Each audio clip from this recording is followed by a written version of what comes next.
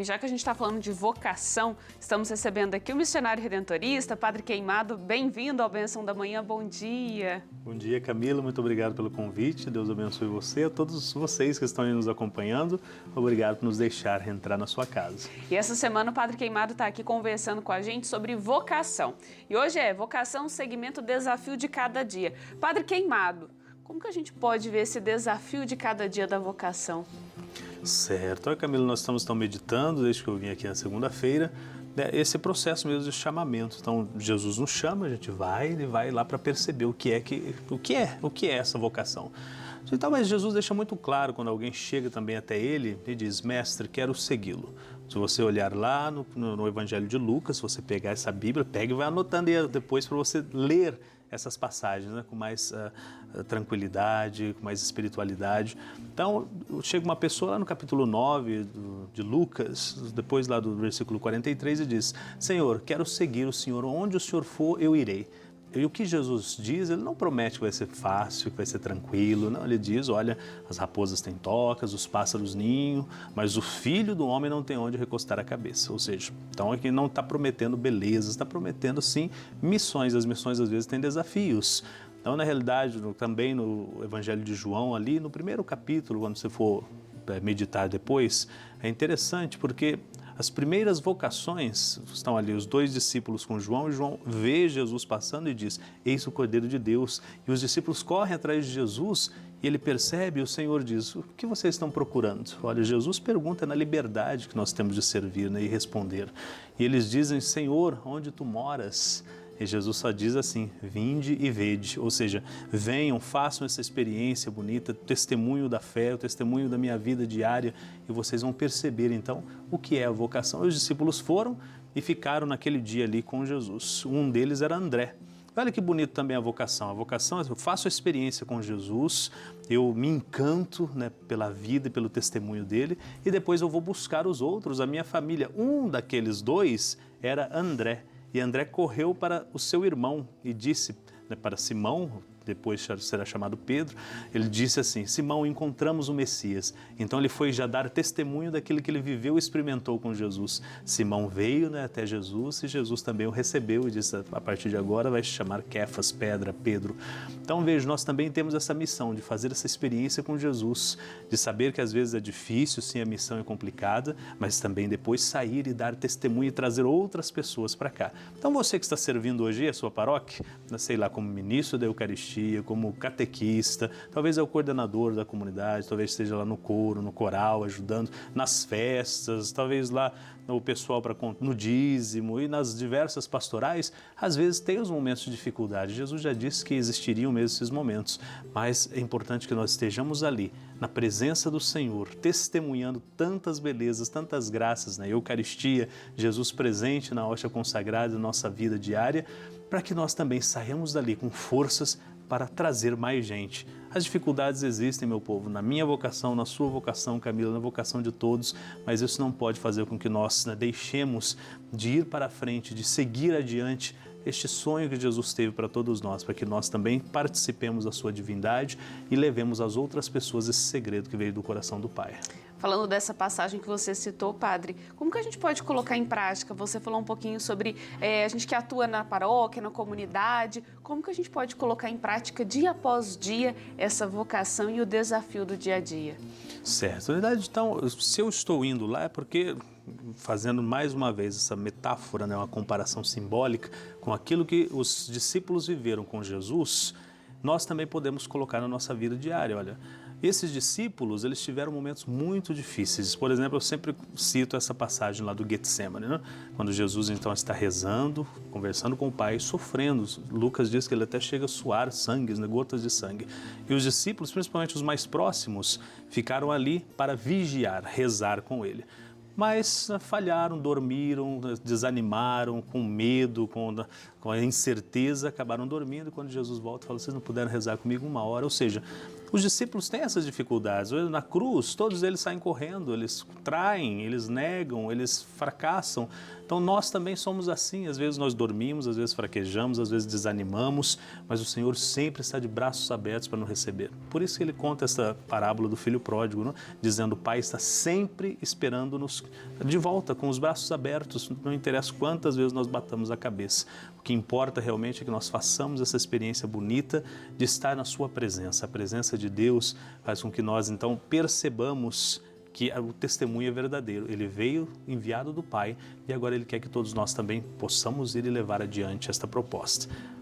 A gente também pode recordar os primeiros cristãos lá nas primeiras comunidades, como foram perseguidos também, seguindo essa vocação de propagarem aí a palavra, o evangelho, e como foram perseguidos. Também foram desafios enfrentados no dia a dia desses primeiros cristãos lá atrás, né? E muitos não sabem, mas o livro do Apocalipse é realmente para esses cristãos que estão sendo perseguidos, não? Então todas aquelas imagens simbólicas são de um império que está tentando destruir esta mensagem tão linda que veio do céu. Esta criança que está no seio da mãe, ou seja, no ventre da mãe, este dragão que vomita, né, como fosse um rio de fogo, querendo destruir todo este lindo projeto de Deus. Então esses cristãos estão sendo perseguidos, estão morrendo, estão vendo suas famílias aniquiladas e não desistem porque fizeram esta opção bonita. Viram, contemplaram, Jesus diz, vinde e vede. Eles foram, viram, fizeram a experiência e se encantaram. Agora eles não querem deixar. Então outra passagem que eu falei ontem mesmo, Camila, e vale muito a pena. Quando então, lá também no Evangelho de João, no capítulo 6, os discípulos começam a ir embora porque falam, nossa, essa palavra é dura, eu já não estou gostando do que Jesus está dizendo. Então Jesus vira-se para os seus discípulos e diz, e vocês? Vocês também vão me deixar? Aí Pedro diz, para quem iremos, Senhor? Só Tu tens palavras de vida eterna. Então a gente se encanta com Jesus, com sua presença e já não dá para desistir mais, não? Padre Queimado, obrigada, viu, essa semana toda nos ensinando, nos levando à reflexão sobre a vocação e sobre esse caminho tão bonito. Obrigada, viu? Eu que agradeço, Deus abençoe a todos, continuemos firmes na nossa vocação. Por mais que tratemos dentro da igreja da vocação como este chamado de Deus para uma missão vivida na fé, nós sabemos também que todo ser humano tem aí as suas aptidões, seus dons, e à medida que eles colocam este dom a serviço do outro, entende que ninguém vive para si, né? A vida é bela quando ela está a serviço da vida das outras pessoas. Por isso nós queremos também refletir a dimensão da vocação a partir das escolhas que as pessoas fazem no campo profissional e como elas vão deixar a marca de sua vida neste mundo. E para falar um pouco conosco nessa dinâmica, né, da vocação, nós acolhemos com muita alegria aqui no Bênção da Manhã a professora, mestra Rosângela Délia Siciliano Basile, que é psicopedagoga clínica. Doutora Rosângela, bem-vinda, que alegria tê-la conosco. Muito obrigada pelo convite, viu? Quando falamos nessa dimensão, né, mais social, da atividade humana, de vocação, você acredita que as pessoas hoje realmente elas estejam abertas e atentas aos sinais que a vida vai dando, por onde elas devem construir sua história, ou muitas ainda se sentem perdidas e confusas? Eu acho que a aptidão ela começa em criança, então os pais precisam observar qual é o dom, o que essa criança gosta, o que ela não gosta, para que lado que ela vai. E aí nós vamos despertando, esse lado é para humanas, é para exatas, para onde é? Vamos encaminhando. Aí depois essa criança vai para o ensino médio, onde começa o problema. Só que até lá ele vai mudando de opinião, isso é normal. E o que o professor tem que fazer? Direcionar. E eu acho que a palavra é tudo, né, padre? Quando nós falamos em palavra, às vezes a pessoa acaba até com a aptidão de um adolescente por causa de uma palavra. Então, como eu sou professora de física, sim, mais do que nada, né, é muito complicado, então a palavra é muito importante. Porque às vezes a pessoa tem competência e não tem habilidade. Às vezes ela tem habilidade e não tem a competência. E isso é muito confuso na cabeça deles. Por exemplo, às vezes vou pegar o exemplo de física. Às vezes a pessoa fala, professor, eu quero fazer uma faculdade de física, mas você vê que ela pode ter até uma competência, mas ela não vai ter habilidade, principalmente para entrar numa sala de aula. Então nós temos que direcionar para outra área. Olha, ele não precisa entrar em sala de aula, ele pode fazer uma física médica, pode fazer uma outra área dentro da física. Então eu acho que o professor ele precisa ter esse insight.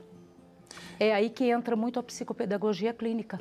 né? Porque nós temos que ver através de trabalhos, através de materiais, habilidades e as competências dele. Aí nós vamos tentando direcionar, sempre deixando o livre-arbítrio para ele poder escolher o que ele quer. É importante. E são vários os ambientes que proporcionam isso, né? Sim. O discernimento vocacional, ele começa primeiramente no ambiente familiar. Exatamente. E que pode ter uma grande influência dos pais nisso. É. Depois ele entra no ambiente da escola, onde ele tem outras referências. É. Depois ele entra também no ambiente do convívio com amigos, né? E que também podem ser. E talvez aí esteja a dificuldade dele discernir, porque às vezes existe um sonho dos pais para ele, existe uma perspectiva acadêmica para ele, mas existe também toda uma sociedade que acaba colocando nele também uma outra possibilidade, né? Como no meio de todos esses ambientes a pessoa conseguir um diálogo com ela mesma, né? É que às vezes os pais projetam nos filhos aquilo que eles gostariam que eles fossem, mas na verdade, por exemplo, eu sou médico, quero que o meu filho seja, mas será que ele tem habilidade para isso? É o que eu falei, ele pode ter até a competência, mas será que ele vai ter habilidade? Aí eu já tive alunas que fizeram odontologia, montaram o consultório e depois não quiseram clinicar. Então é complicado, eu acho que assim, os pais precisam deixar os adolescentes à vontade para que eles possam descobrir a vocação deles, mas o professor, principalmente do ensino médio, tem que ficar muito atento a isso. Quando ele não consegue fazer isso, encaminhe para o psicopedagogo, que o psicopedagogo, eu sou tanto da institucional quanto clínica, nós conseguimos ir direcionando, sem forçar nada, simplesmente observando as habilidades e as competências que ele tem. Aí nós vamos direcionando, aparando as arestas, daqui a pouco ele olha e fala, eu quero fazer isso. Porque chega um momento, né, professora, que a escolha tem que ser dele e dela. Não pode ser o ambiente a escolher, senão será um profissional eternamente frustrado. Porque a vocação é um dom, né? Ela é um dom que, eu não sei, acho que nasce com a pessoa, assim como o sacerdócio, eu acho que nasce. Do professor também, do médico, mas eu acho que, às vezes, isso aí tem que ser muito bem trabalhado, para não causar uma frustração futura. Ele se forma, daqui a pouco ele abandona a profissão, e não é isso que nós queremos, né? Nós queremos, hoje, às vezes ele analisa muito o mercado. Eu vou fazer essa profissão porque o mercado está pedindo isso. Hoje a moda é a tecnologia da informação, né? Então, mas será que ele vai conseguir trabalhar nessa área? Ele pode até gostar, ele vai ter que... É o que nós falamos, ele tem que ter foco, disciplina e objetivo. Só que sozinho ele não faz, ele tem que ter acompanhamento de Deus. Os adolescentes estão muito sem a presença de Deus. Por isso se perdem, né? Exatamente. São tantos caminhos que chega um momento que não sabem mais onde trilhar. Não sabem. Por isso a vocação, né, no campo profissional, vai além da aptidão. Há pessoas que têm facilidade para determinadas áreas, mas é onde também ela está colocando o coração e o que realmente toca o coração dela. Senão ela fica profissional de diploma, mas não um profissional que realmente faz daquele serviço o significado da sua vida. Porque, na verdade, padre, nós temos inteligências múltiplas.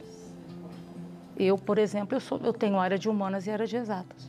Então, nós temos, mas às vezes prevalece, por exemplo, nós terminamos aquela área, vamos atuar naquela área, daqui a pouco nós descobrimos que a nossa outra área fala mais alto. Então, nós vamos nos dedicar a ela, mas não precisamos abandonar aquela, nós podemos fazer a ligação entre todas elas.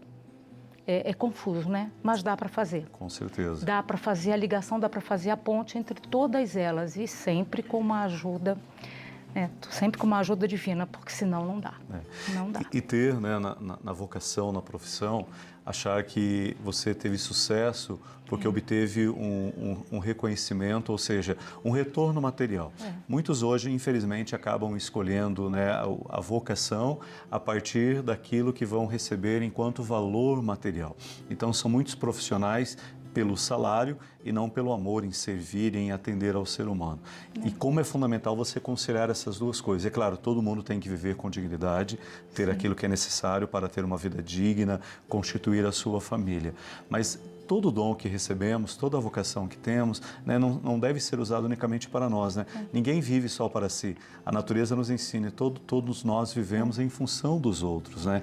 E como a gente precisa aprender a dar este passo. O que eu aprendi, o conhecimento que eu adquiri, tem que me fazer ainda mais servidor do meu semelhante. Nós precisamos compartilhar o conhecimento e dessas observações tirar o aprendizado de qualquer situação, porque o jovem hoje, diante do primeiro obstáculo, ele abandona.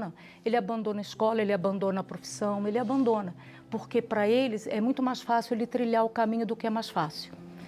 Então, é complicado hoje. Eu vou optar por uma profissão, mas de que forma? Ela é rentável ou ela não é? Ela é difícil ou ela é fácil? Então, eles tendem a trilhar pelo caminho mais fácil, principalmente onde não tiver exatas. Sim.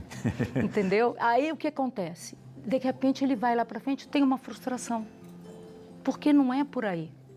Eles olham muito, hoje os adolescentes olham muito o valor material e o financeiro aí. E o mercado está falando bem alto Cobra isso. isso, né? Só que ele tem que ver que ele tem que olhar a aptidão dele. Ele tem que ter uma orientação, senão ele vai se perder com certeza. E é isso que nós não queremos, que é perder tempo. E não perder como referência a sua própria humanidade. Exatamente. Né? Senão nós nos diluímos aí no meio de tudo aquilo que é material, de tudo aquilo que é competição, e a gente acaba perdendo a própria referência que um dia o nosso lar nos deu. Você, além de ser uma grande professora, você também realiza um bonito trabalho, né, num projeto chamado Porta do Céu. Como que você pode, então, motivar as pessoas que, diante das várias profissões que se abrem como leque diante dos olhos, mas que elas escolham aquilo também que um dia fará com que ela se sinta: eu fui útil para a vida das pessoas. Não apenas estudei por estudar, eu colaborei para melhorar a vida de alguém. Vou lhe explicar. Eu já realizava esse trabalho na Escola do Estado, prevenção, o projeto Prevenção também se ensina. Na verdade, eu pertenço à diretoria do Litoral Norte, eles estão todos assistindo. Que bacana. Todas as diretoras, dirigentes, tudo. E eu fazia esse trabalho com os pais e com os alunos. E é difícil no colegial porque é a parte mais complicada, né? Sim. Que é o uso de drogas, mas nós precisamos lidar com eles e inclusive lidar com os professores. Porque, às vezes, como aconteceu um dia de eu entrar numa sala dos professores e ter uma professora mascando cravo. Cravo é droga, quando mascado. Então, eu podia falar, mas como é que eu posso ensinar o aluno se você está fazendo isso? Então, tira. Então, na verdade, os professores também precisam de esclarecimento. Nós não estamos preparados, padre. Sim. A gente precisa sempre de uma ajuda. Esse trabalho na Porta do Céu, desde que eu estou aqui em Guará, vai completar 5 anos. E eu estou aposentada há 12. E aí eu abandonei minhas aulas da pós, abandonei tudo. E aí o pessoal da comunidade do Engenheiro Neiva, o padre Jalmir da paróquia Nossa Senhora de Lourdes, o padre Moisés também. O pessoal da comunidade falou: você podia ajudar o pessoal da Porta do Céu. Eu falei: mas como? Não vou conseguir. Essa fase que eu estou, não vou conseguir. Aí o pessoal começou: vamos. O padre Jalmir deu muito incentivo e o padre Moisés também. É o que eu falei: se eu não tivesse o apoio deles, da comunidade do Engenheiro Neiva, das minhas amigas, eu não iria conseguir. E eu estou realizando, tem 1 mês e meio que eu estou realizando esse trabalho na Porta do Céu, a ajuda do coordenador também, do Carioca, que abriu as portas, né? Porque é difícil você soltar um trabalho desse na mão de uma pessoa que você não conhece. Eles não me conhecem. Não é verdade? Eu tenho pouco tempo aqui. O pessoal de Caraguá me conhece, mas aqui não. E aí eu fui conhecendo. Tem uma outra professora que faz também comigo, mas ela faz a parte de catequese e alfabetização. Eu faço a outra parte, que é o despertar a memória, despertar a vocação e mostrar para eles que eles conseguem. Claro. Em 1 mês e meio eu estou vendo um progresso muito grande. E os padres fazem um acompanhamento. Toda semana eles estão lá conversando com eles: olha, como está, como não está, vocês estão gostando, não estão? E eu deixo material para eles também, para eles trabalharem durante a semana, que eles precisam se manter ocupados. Sim. Então eu faço trabalho lá, usando as técnicas para melhorar a memória. E eles estão descobrindo que a memória deles, apesar de toda a problemática, não está tão perdida assim. Sim. E eles estão descobrindo isso com 1 mês e meio. E hoje estão todos lá assistindo, viu? E eles estão, assim, contentes com isso. Porque eles pensavam assim: não tenho memória para mais nada, não vou fazer mais nada na vida. Sim. E estão conseguindo ver que não é isso. E é um caminho de uma verdadeira libertação, né? A pessoa, quando ela se sente valorizada naquilo que ela é, não naquilo ainda que ela pode ser, ela aprende a se amar muito mais, né? E também passa a dar valor às pequenas coisas que ela já realizou e que pode realizar. Então, parabéns a você e a tantos que estão envolvidos nesse projeto, porque a profissão, a vocação, além de ser uma realização pessoal, nós temos que ficar contentes dizendo: eu contribuí para fazer o mundo se tornar um lugar ao menos um pouquinho melhor. Um pouquinho melhor. Então a minha profissão realmente valeu a pena. É verdade. Tá bem. Eu gostaria muito de fazer o agradecimento, né, à comunidade do Engenheiro Neiva, que ajuda muito, ao padre Jalmir, padre Moisés, e ali o pessoal que está assistindo de Caraguá, de Piquete, do Rio também, todos que estão acompanhando. Agora, eu vou dizer, só está sendo possível graças a esse acompanhamento do Padre Jalmir e do Padre Moisés, senão ia ser muito mais difícil. Que bom. Olha, muito obrigado por sua presença, Obrigada, por Padre. sua partilha. Muito obrigada. Deus abençoe a sua vocação, a sua linda missão. Obrigada. E que a Mãe Aparecida nos faça aí perseverar naquilo que Deus nos quiser. confiou. Tomara que eu consiga. Com Amém. certeza. Abençoado dia, professora Rosângela. Amém. Tudo de bom à senhora e à sua família. Muito obrigada, Padre.